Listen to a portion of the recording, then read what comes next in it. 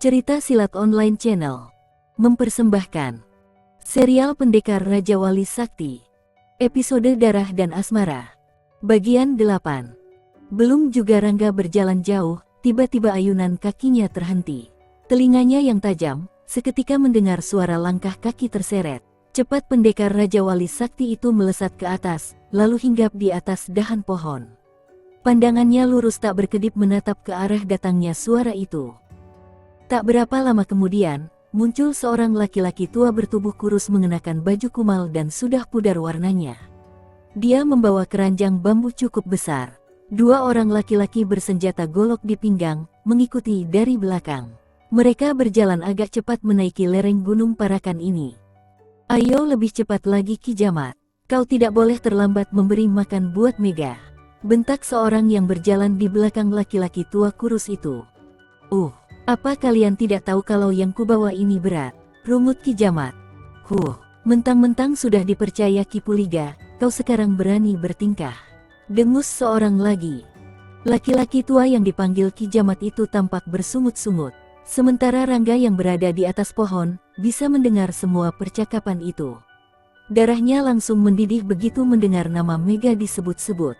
Setelah berpikir sejenak, Pendekar Raja Wali Sakti itu melesat turun, dan langsung memberi dua pukulan beruntun ke arah dua orang yang berjalan di belakang Ki Jamat. Hiaat. BGHK. Tanpa mengeluarkan suara sedikit pun, dua orang itu langsung ambruk ke tanah dan tak berkutik lagi. Ki Jamat terkejut bukan main. Laki-laki tua itu langsung terpaku dengan lutut gemetar begitu melihat di depannya kini sudah berdiri seorang pemuda tampan mengenakan baju rompi putih. Terlebih lagi saat melihat dua orang yang menyertainya sudah tergeletak tak bergerak-gerak lagi.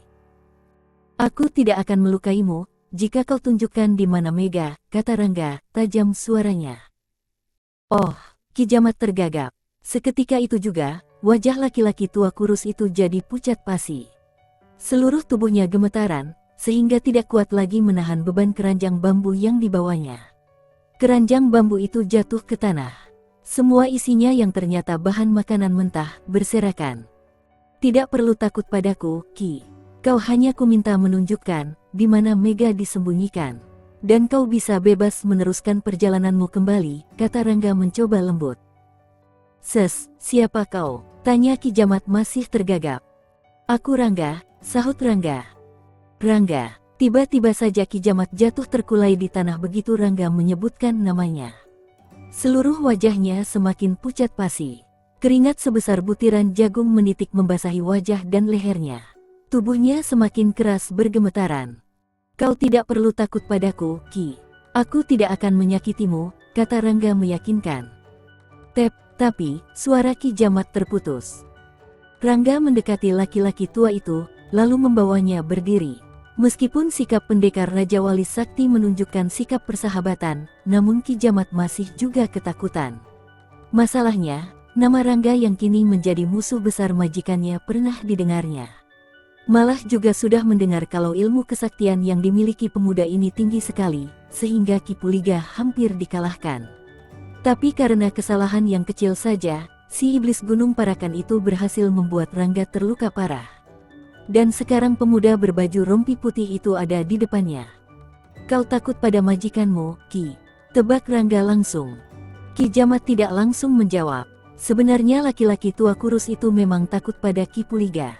Kalau sampai menunjukkan tempat Mega kini berada, sudah dapat dibayangkan kalau kematian akan cepat merenggutnya. Iblis Gunung Parakan tidak akan segan-segan memenggal kepala siapa saja yang mengkhianatinya. Bahkan lawan-lawannya tidak ada yang dibiarkan hidup. Dengar, Ki, aku berjanji akan melindungi keselamatanmu jika kau bersedia menunjukkan di mana Mega sekarang berada, bujuk Rangga. Aku tidak tahu, sahut Ki Jamat tergagap.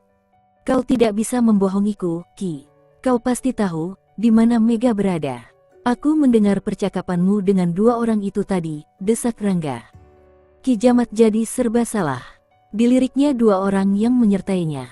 Dia tidak tahu, apakah dua orang itu sudah mati atau hanya pingsan saja.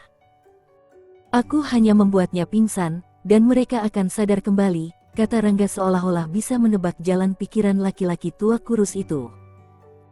Ki Jamat merayapi wajah Rangga di depannya, seakan-akan ingin meyakinkan dirinya sendiri kalau pemuda tampan berbaju rompi putih ini bukanlah manusia kejam seperti majikannya.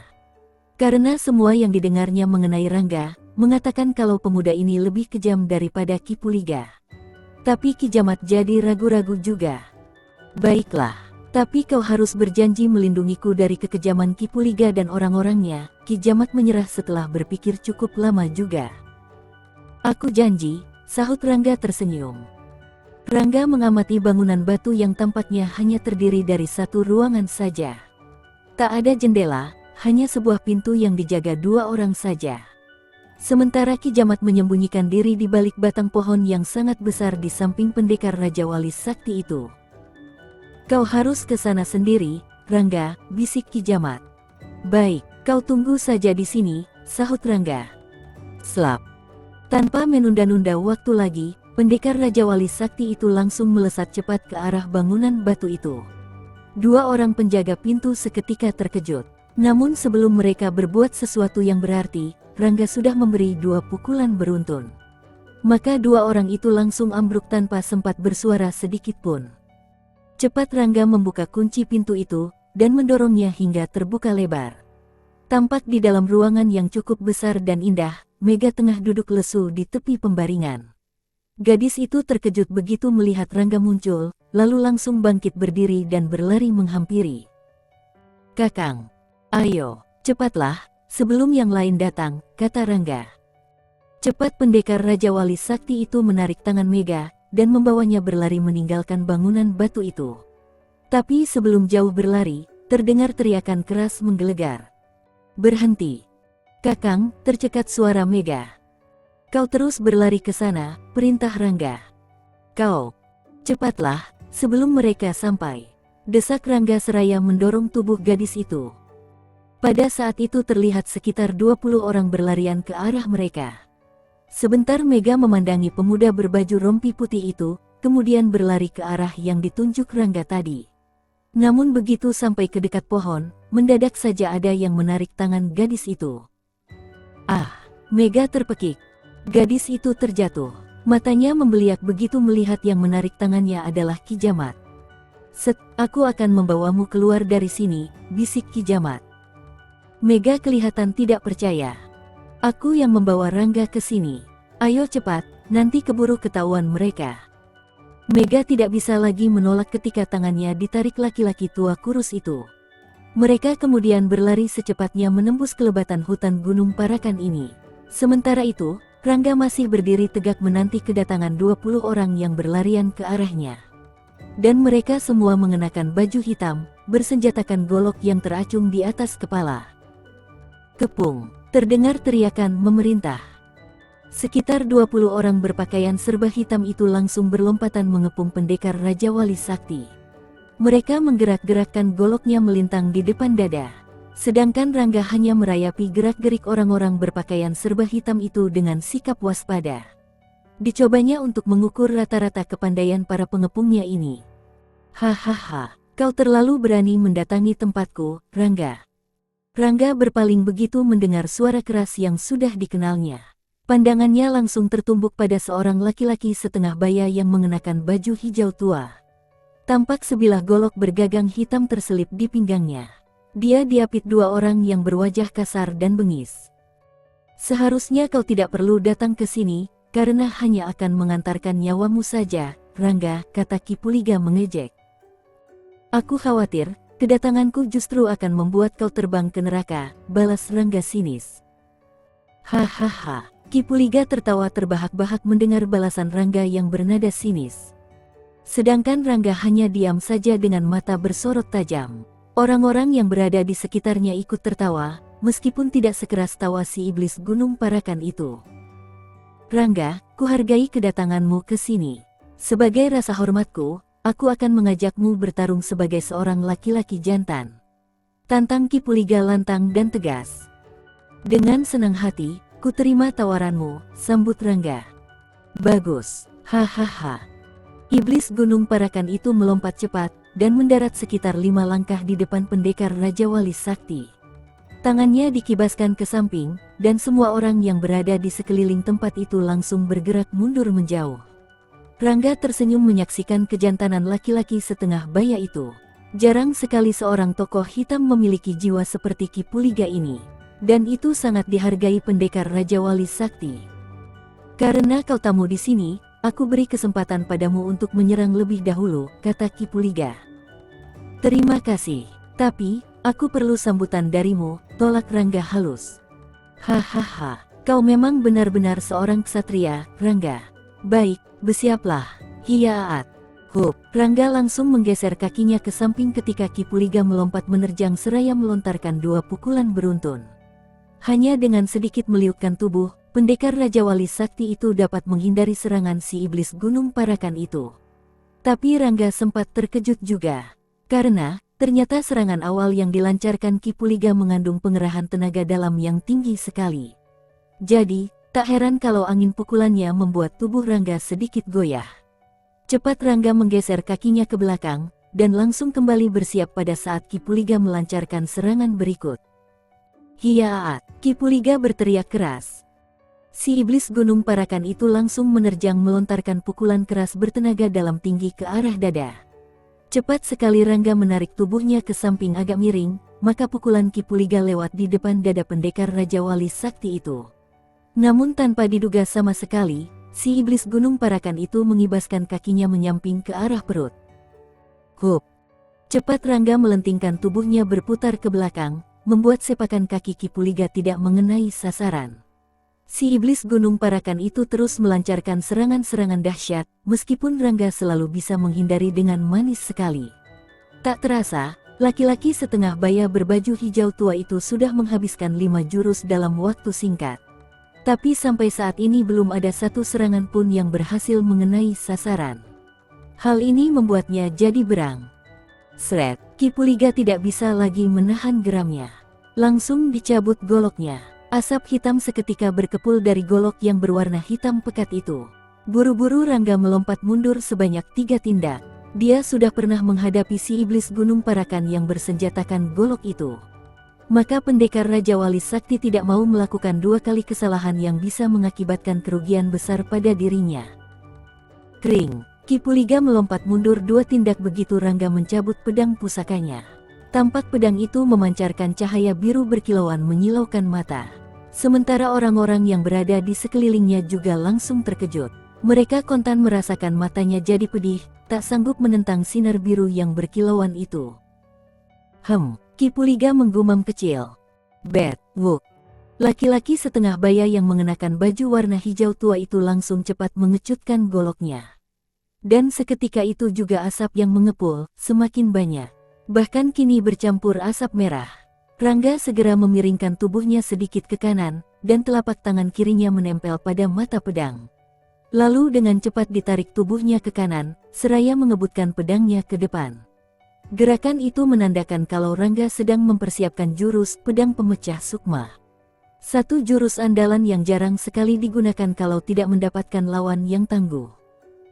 Hiyaat! Sambil berteriak nyaring, Ki Puliga melompat menerjang dengan kecepatan bagai kilat. Wood, yeah, swing.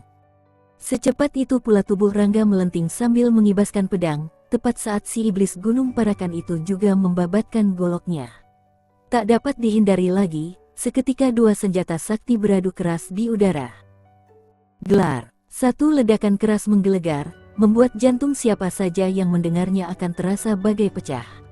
Tampak 2 orang itu sama-sama terpental ke belakang, namun dengan manis sekali mendarat di tanah. Ki Puliga langsung cepat menggerakkan kakinya menyusur tanah sambil berteriak keras melengking tinggi. Hiyaat! Hup! Cepat sekali Rangga mengegoskan tubuhnya menghindari sodokan ujung golok yang mengepulkan asap beracun itu.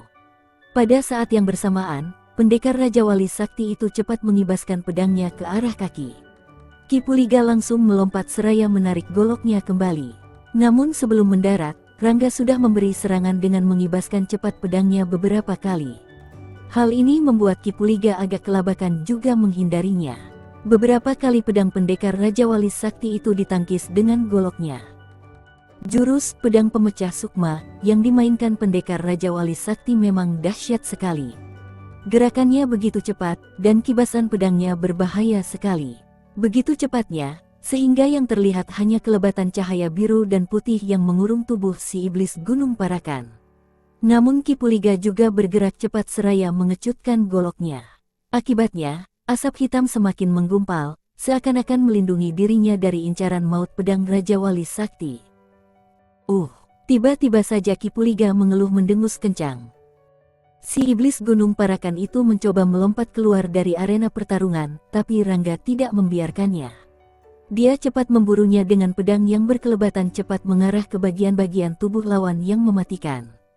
Jelas sekali, kalau gerakan-gerakan yang dilakukan si iblis Gunung Parakan itu mulai tidak beraturan.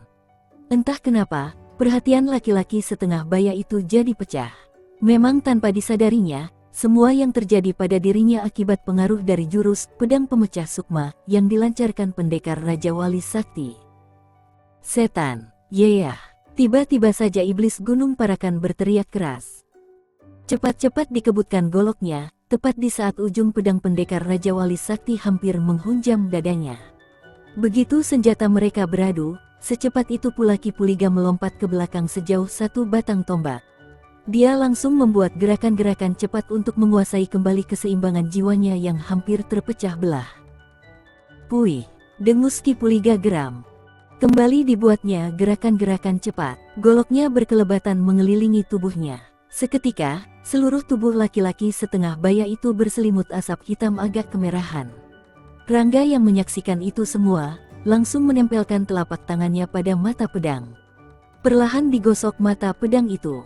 Kini mereka sama-sama mempersiapkan satu ajian pamungkas yang paling dahsyat. Hiyaat! Kipuliga berteriak keras sambil melompat cepat bagaikan kilat. Aji, Cakrabuana Sukma. Yeo! Teriak Rangga menggelegar. Tepat pada saat golok Kipuliga membabat ke arah dada, Rangga cepat sekali menangkisnya dengan pedang yang melintang di depan dada. Terang, gelar. Kipuliga mencoba menarik goloknya, namun jadi terkejut setengah mati. Ternyata goloknya menempel kuat pada pedang yang bersinar biru itu. Kipuliga mengerahkan seluruh kekuatan tenaga dalamnya untuk melepaskan goloknya. Namun semakin berusaha keras, goloknya semakin erat menempel. Setan! Dengus Kipuliga menggeram. Si iblis Gunung Parakan itu semakin geram bercampur rasa keheranan yang amat sangat. Karena saat mencoba melepaskan pegangannya pada tangkai golok, telapak tangannya bagai terpatri kuat, tak bisa dilepaskan lagi. Kemudian darahnya terasa cepat mengalir. Kipuliga terkejut bukan main. Baru disadari kalau kekuatannya mulai mengalir keluar. Dan dia tidak punya kesempatan lagi untuk mengerahkan ajian yang digunakannya sewaktu melawan Rangga dulu. Buru-buru si iblis Gunung Parakan itu menahan aliran kekuatannya. Tapi semakin mencoba bertahan, semakin kuat saja tenaganya tersedot tanpa bisa dikendalikan lagi. Saat itu juga, terlihat cahaya biru menggumpal menjalar menyelubungi tangan si iblis Gunung Parakan itu. Dan terus menjalar perlahan, namun pasti. Ilmu apa yang digunakannya? Dengus Kipuliga bertanya-tanya di dalam hati. Semakin kuat iblis Gunung Parakan itu membuat perlawanan, semakin cepat cahaya biru menjalar menyelimuti dirinya. Bahkan semakin kuat pula tenaganya tersedot keluar. Keringat mulai membanjiri seluruh tubuhnya. Dan Kipuliga merasa lebih dari separuh kekuatannya sudah tersedot. Kipuliga mulai menggeliat dan berteriak-teriak. Namun Rangga semakin kokoh. Memang, pendekar Raja Wali Sakti telah mengerahkan Aji, Cakrabuana Sukma, pada tahapan terakhir, sehingga membuat seluruh tubuhnya membiru dan bersinar terang. Daya tahan yang dimiliki Kipuliga, membuat pendekar Raja Wali Sakti itu tidak bisa lagi menahan arus kekuatan Aji, Cakrabuana Sukma. Kipuliga kembali memekik keras. Seluruh tubuh si iblis Gunung Parakan itu menggeletar hebat. Sementara itu, 2 orang pembantu utamanya menjadi geram menyaksikan pemimpinnya berkelojotan meregang nyawa. Tanpa berpikir panjang lagi, mereka berlompatan sambil mencabut goloknya, langsung dibabatkan ke tubuh Rangga. Tapi keajaiban seketika terjadi. Pada saat golok mereka menghantam tubuh pendekar Raja Wali Sakti, tubuh 2 orang itu terpental deras diiringi pekikan keras melengking tinggi. Rakat dan Badir langsung menggelepar di tanah. Tampak seluruh tubuh mereka membiru. Dari mulut, hidung, dan telinga mengucurkan darah kental kehitaman. Tak berapa lama kemudian, dua pembantu utama si iblis Gunung Parakan itu diam tak bernyawa lagi. Sedangkan Rangga masih tetap berdiri tegak tak bergeming sedikit pun. Dia hanya melirik sedikit pada dua orang yang menggeletak tak bernyawa lagi. Hih, yeah. Tiba-tiba saja Rangga berteriak keras. Seketika itu juga pedangnya ditarik, dan dengan cepat sekali dikibaskannya ke leher Kipuliga. Tebasan pendekar Raja Wali Sakti yang begitu cepat dan tiba-tiba, tak mampu dihindari lagi. Hingga keras. Sebentar Kipuliga masih mampu berdiri tegak, kemudian ambruk dengan kepala terpisah dari leher. Darah langsung menyembur dari leher yang buntung tanpa kepala lagi. Sebentar Kipuliga masih mampu bergerak, kemudian diam tak bergerak-gerak lagi. Rangga menarik napas panjang. Pendekar Raja Wali Sakti itu melangkah mundur beberapa tindak. Pandangannya beredar pada semua orang yang berada di sekitarnya. Tiba-tiba saja, mereka semua membuang senjata dan menjatuhkan diri berlutut.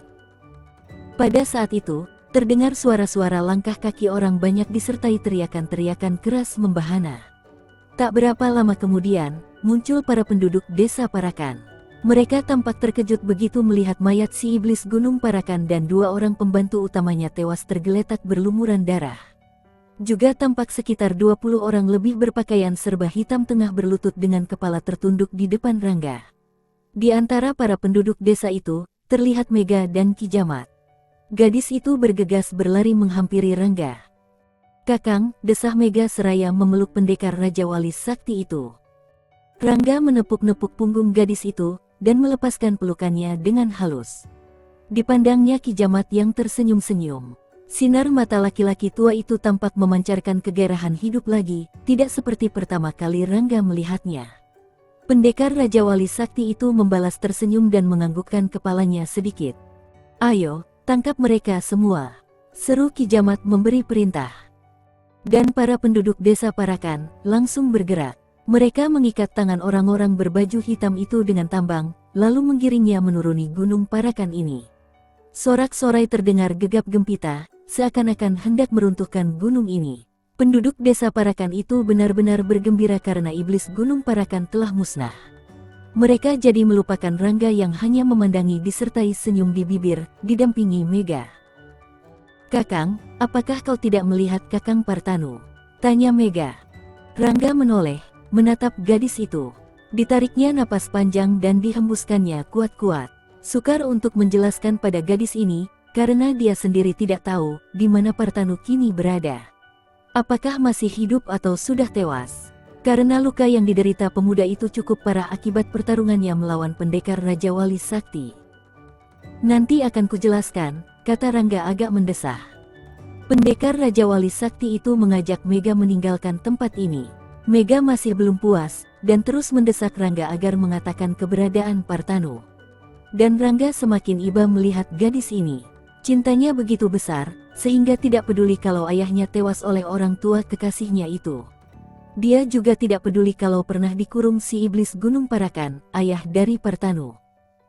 Rangga tak punya pilihan lain lagi. Diceritakannya semuanya tentang Partanu. Dari mulai pertarungannya, hingga pemuda itu lenyap di bawah seorang laki-laki tua dari lembah kematian. Terdengar suara isak perlahan dari gadis itu. Tapi, rupanya Mega mencoba untuk bertahan agar tidak larut. "Maafkan aku, Mega. Aku sudah berusaha, tapi rupanya takdir memang menentukan lain," ucap Rangga menyesal. "Tidak, Kakang. Kau tidak perlu meminta maaf. Mungkin memang belum jodoh," sergah Mega agak tersendat. "Jika Hyang Widi menghendaki, aku yakin kau akan dipertemukan kembali dengan Partanu," hibur Rangga. "Apakah itu mungkin, Kakang?" "Ya, semuanya bisa saja terjadi tanpa kita ketahui sebelumnya. Aku sendiri yakin kalau Partanu masih hidup, tapi entah di mana sekarang," sahut Rangga. "Kakang, kalau kau bertemu Kakang Partanu, katakan kalau aku masih menunggu di desa Parakan." "Kau bersedia, bukan?" pinta Mega berharap. "Tentu," sahut Rangga untuk menyenangkan hati gadis itu. "Terima kasih, Kakang." Selesai. Episode selanjutnya, Kembang Karang Hawu. Masih bersama cerita Silat Online Channel. Jangan lupa like and subscribe, terima kasih.